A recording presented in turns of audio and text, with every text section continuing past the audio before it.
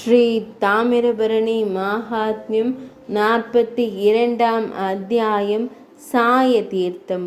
ஒரு காலத்தில் பிரம்ம ஞானத்தின் தலைவனான கந்துலக முனிவர் விந்திய மலைகளுக்கு அருகில் ஒரு நதிக்கரையில் கடுமையான தவம் செய்தார். வித்யாதரனின் மகள் துரலபா என்ற பெண் அவ்வப்போது அவருக்கு சேவை செய்தார். 1000 ஆண்டுகளில் முடிவில் முனிவர் அவளது அடையாளம் குறித்து கேட்டு அவளிடம் மிகவும் மகிழ்ச்சியடைந்து ஒரு வரம் கேட்க கூறினார். அவள் பதிலளித்தாள், நான் வித்யாதரர்களின் அரசரான குமுத்வனின் மனைவி. நாங்கள் மகிழ்ச்சியாக எங்கள் நேரத்தை கழித்தோம். ஒரு முறை நாங்கள் மலாயா மலைகளில் விளையாடச் சென்றோம். பின்னர் கிருபிதா என்ற ராட்சசனின் கணவரை கொன்று முந்தைய பகையை நினைவில் வைத்துக்கொண்டு சண்டையில் தனது உயிரையும் இழந்தார். நான் என் கணவரை தொடர்ந்து சிதையில் செல்லவிருந்த போது அசரீரியான ஆகாசபாணி அடியாளை தங்களுக்கு சேவை செய்ய கூறுவது கேட்டது. அதன்படி நான் தங்களுக்கு சேவை செய்து வருகிறேன். தயவு செய்து தங்களுக்கு சமமான ஒரு மகனை எனக்கு கொடுங்கள். கந்துலக முனிவர் பதிலளித்தார், உங்கள் வயிற்றில் ஒரு மகன் இருக்கிறார். பிரம்மத்தை அறிந்தவர்களில் சிறந்தவர், எந்த ஐயமும் அதில் இல்லை. நீங்கள் இல்லத்திற்கு செல்லலாம். துரலபா இல்லத்திற்கு சென்றார். சிறிது காலம் சென்ற பின்னர் அவள் இமயமலையில் சிவபெருமானை வழிபட்டு பின்னர் மலாயா மலைகளுக்கு சென்றாள். அங்கே அவள் ஒரு பெண் குழந்தையை பெற்றெடுத்தாள். ரிஷியின் வார்த்தை நிறைவேறாததை கண்டு அவள் அதிர்ச்சியடைந்தாள். குழந்தையை காட்டில் விட்டுவிட்டு சென்றாள். பூமி தேவி குழந்தையின் மீது இரக்கம் கொண்டு அவளுக்கு தாய்ப்பாலை கொடுத்தாள். அந்த குழந்தை உடனடியாக 10 வயது பெண்ணாக வளர்ந்தது.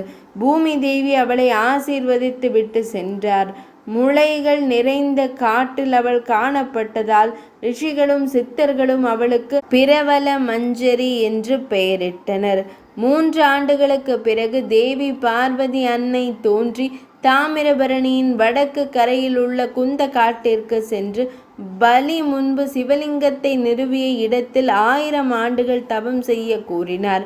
அவ்வாறு செய்வதன் மூலம் சிவபெருமான் அவளுக்கு ஆண் உருவத்தை அருள்வார். மேலும் விளக்கம் கேட்டபோது ரிஷி கூறிய போது தான் உண்மையில் வயிற்றில் ஒரு ஆண் குழந்தை என்பதை பார்வதி தேவி தெளிவுபடுத்தினார். ஆனால் இமயமலையிலிருந்து திரும்பிய போது அவள் அறியாமல் ஸ்தானு கானனத்திற்குள் நுழைந்தாள். அவளுடைய தாயார் துரலபா ஸ்தானுகானனில் கருப்பையில் இருக்கும் ஆண் யாராக இருந்தாலும் அவர் பெண்ணாக மாறுவார் என்று சிவபெருமானின் சாபம் இருந்தது. பிரபல மஞ்சரி கூறியபடி செய்தாள். அவள் தாமிரபரணி நதியில் நீராடி 1000 ஆண்டுகள் தவம் செய்தாள். ஒரு நாள் திடீரென்று ஒரு பயங்கரமான தோற்றமும் பெரிய ராட்சசன் வந்து அவள் பாதங்களில் பணிந்து பாதுகாப்பு கேட்டான்.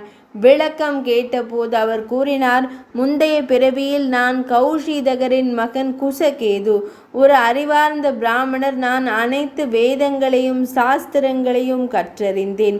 என் தந்தை என் திருமணத்திற்கு தயாரான போது அரசரிடம் சென்று என் புலமையின் அடிப்படையில் நிறைய செல்வத்தை கேட்க வேண்டும் என்ற எனது விருப்பத்தை தெரிவித்தேன்.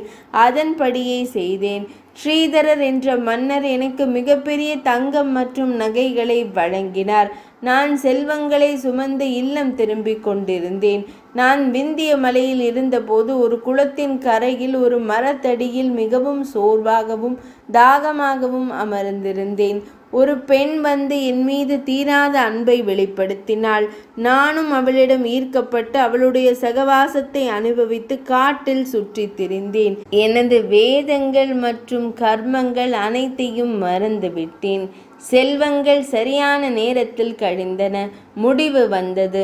நான் 21 நரகங்களுக்கு தள்ளப்பட்டேன். பின்னர் நான் ஒரு பிரம்ம ராட்சசன் ஆனேன். மகேந்திர மலையின் தெற்கே உள்ள ஒரு காட்டில் இருந்தேன். பசி மற்றும் தாகத்தால் துன்புறுத்தப்பட்டு கொடூரமான கூறுகளுக்கு ஆளானேன். 84,000 ஆண்டுகளுக்கும் மேலாக கழித்தேன். திடீரென்று சிலர் விதியின் சாதகமான திருப்பம் எனக்கு முந்தைய பிறவி நினைவுகளை மீட்டெடுத்தது. நான் இப்போது உங்கள் முன் நிற்கிறேன். உங்களை என் தாயாக காண்கிறேன். தயவு செய்து என்னை காப்பாற்றுங்கள். பிரபல மஞ்சரி அவர் மீது இரக்கம் கொண்டு, இதோ புனிதமான தாமிரபரணி நதி சிவலிங்கம் இங்கு நீண்ட காலத்திற்கு முன்பே நிறுவப்பட்டுள்ளது. இங்குள்ள நீரில் தனது உருவத்தை பார்ப்பவரின் அனைத்து பாவங்களும் அழிக்கப்படும் என்று தேவி பார்வதியிடமிருந்து நான் கேள்விப்பட்டிருக்கிறேன். அவள் அவனை தன்னுடன் புனித நீரில் நீராடச் செய்தாள். அவர் சிவபெருமானை வணங்கினார். பின்னர் அவரது தலையிலிருந்து ஒரு ஒளி திரள் வெளிப்பட்டது. அவர் ஒரு தெய்வமாக மாறினார். கோடி மன்மதர்களைப் போல அழகானவர். பகவான் ஸ்ரீ மகாவிஷ்ணு மூர்த்தி உள்பட அனைத்து தேவர்களும் வந்து சிவபெருமானை புகழ்ந்தனர். மலர் மழையும் மிகுந்த ஆச்சரியமும் ஏற்பட்டது. சிவபெருமானும் லிங்கத்திலிருந்து வெளிப்பட்டு பிரபல மஞ்சரியை தொட்டனர். உடனடியாக அவள் மிகவும் அழகான 16 வயது ஆண் தேவராக மாறினாள். அவர் சிவனை புகழ்ந்து பாடலை பாடினார். சிவபெருமான் அவரை ஆசீர்வதித்து, நீ ஹாஹா என்று அழைக்கப்படும் ஒரு கந்தர்வனாக இருப்பாய். ஏனெனில் இங்கே குடியிருந்த தேவர்கள் நீ ஆணாக மாறியதில் ஹாஹா என்று ஆச்சரியப்பட்டனர். உன் துணை ஹூ ஹூ என்று அழைக்கப்படும் கந்தர்வனாக இருப்பான். நீ அனைவராலும் வணங்கப்படுவாய். நீ சுழற்சியின் முடிவில் என் சாயுஜ்யத்தை அடைவாய். சாய தீர்த்தம் என்று அழைக்கப்படும் இந்த தீர்த்தத்தில் நீராடி இங்கே என்னை வணங்குபவர்கள் என்னை அடைவார்கள் என்று கூறிவிட்டு சிவபெருமான் மறைந்து விட்டார். 2 கந்தர்வர்களும் ஒரு விமானத்தில் தங்கள் உலகத்திற்கு சென்றனர். 42ஆம் அத்தியாயம் இனிதே நிறைவடைந்தது.